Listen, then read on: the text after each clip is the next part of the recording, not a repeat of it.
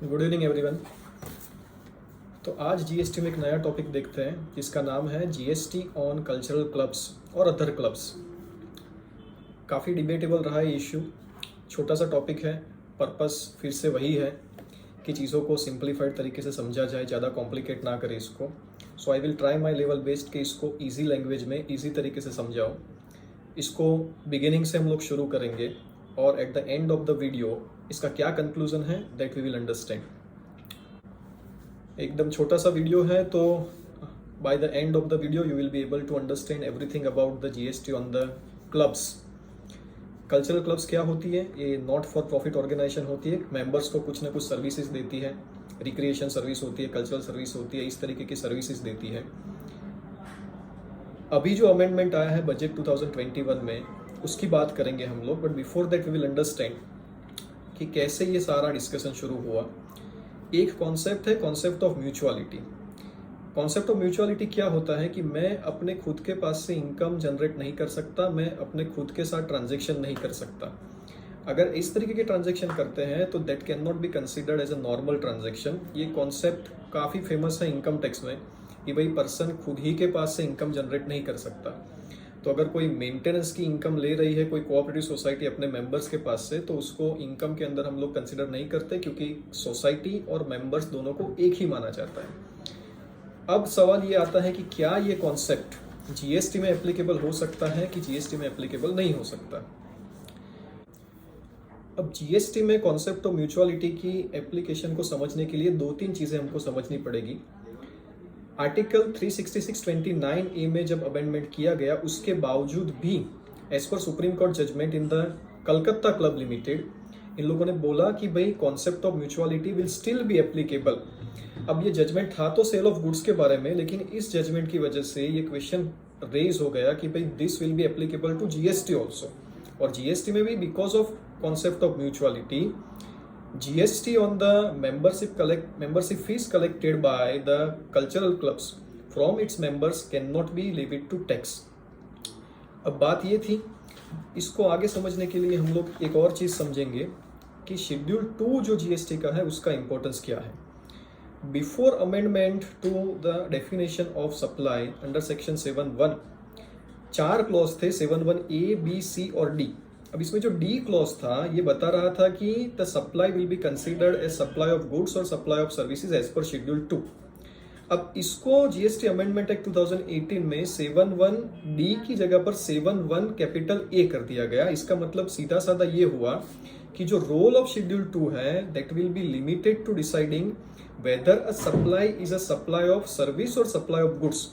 Schedule 2 का ये role बिल्कुल नहीं रहेगा डिसाइड करने में कि भाई कोई चीज सप्लाई है कि नहीं। अगर कोई चीज सप्लाई है, ऐसा 7(1)A, B, C की वजह से कंफर्म हो रहा है, तो वो सप्लाई ऑफ गुड्स है या सप्लाई ऑफ सर्विसेज है, that will be considered by applying schedule 2। तो शेड्यूल 2 का रोल जो है एकदम लिमिटेड है, only to decide whether supply is supply of goods और सप्लाई ऑफ सर्विसेज। अब इस शेड्यूल 2 में एक पैराग्राफ था, पैराग्राफ नंबर 7, जो बता रहा था कि भाई कोई अनइनकॉर्पोरेटेड बॉडी अपने मेंबर्स को गुड्स सप्लाई कर रही है, then it will be considered as supply of goods. अब इसका इंटेंशन तो ये था कि ऐसे ट्रांजैक्शन को सप्लाई की डेफिनेशन में लाया जाए, बट एज आई सेड कि भाई शेड्यूल 2 का रोल लिमिटेड है, वो डिसाइड नहीं कर सकता कि कोई ट्रांजैक्शन एक्टिविटी सप्लाई है या नहीं। वो सिर्फ इतना डिसाइड कर सकता है कि जब पहले से 7(1)A, B या C की वजह से ये डिसाइडेड है कि कोई चीज सप्लाई है, तो वो सप्लाई ऑफ गुड्स मानी जाएगी कि सप्लाई ऑफ सर्विसेज मानी जाएगी। इतना ही रोल सिर्फ शेड्यूल 2 का है। अब इस कंफ्यूजन की वजह से सवाल ये आया कि भाई जो भी कल्चरल क्लब्स है अपने मेंबर्स के पास से मेंबरशिप फीस कलेक्ट कर रही है, उसके ऊपर जीएसटी लगेगा कि नहीं लगेगा, because the definition of supply will nowhere insist that on this transactions GST will be applicable, और ये सप्लाई की डेफिनेशन में कवर होगा, ऐसा अभी इंटरप्रेशन नहीं हो रहा था, लॉजिकल इंटरप्रेशन नहीं हो रहा था। अब इस कंफ्यूजन को और बढ़ा दिया authority of advance ruling Maharashtra ने, जिन्होंने रोटरी क्लब के केस के अंदर जजमेंट दिया कि भाई membership fees collected by the club from its members will not be covered within the definition of supply, और इसके ऊपर जीएसटी नहीं लगेगा। वैसे लायंस क्लब के केस में कॉन्ट्रारी डिसीजन आया अपीलेट अथॉरिटी का। So there was a confusion कि भाई इसके ऊपर इस के ऊपर जीएसटी लगेगा या नहीं लगेगा, ये सप्लाई की डेफिनेशन में कवर होगा कि नहीं होगा। इस सारे कंफ्यूजन को रेस्ट करने के लिए बजट 2021 में सप्लाई की डेफिनेशन को ही चेंज कर दिया गया। इसकी डेफिनेशन को चेंज करके क्या किया गया, सेक्शन 7(1) में एक क्लॉज ऐड कर दिया गया AA, जहां पर इन लोगों ने क्लियर कट बोला कि इस तरीके के ट्रांजैक्शन, एक्टिविटीज या transactions by a person other than individuals with its members or constituents for a consideration will be considered as supply। मतलब कि इसको सप्लाई की डेफिनेशन के अंदर ऐड कर दिया गया। एक और एक्सप्लेनेशन इन लोगों ने डाला। अब ये एक्सप्लेनेशन क्या है, इन लोगों ने डाला कि ये जो अमेंडमेंट किया गया है ये पहले से ही 1 जुलाई 2017 जिस तारीख को जीएसटी आया उस तारीख से ही था, इस तरीके से माना जाएगा। That means this is a retrospective amendment. और किसी भी कोर्ट के जजमेंट में या किसी भी ट्रिब्यूनल की डिक्री में या किसी भी तरीके के डिस्कशन में कोई भी चीज की गई हो, irrespective of that it will always be deemed that this clause was there, कि इसके ऊपर सप्लाई की डेफिनेशन एप्लीकेबल होगी।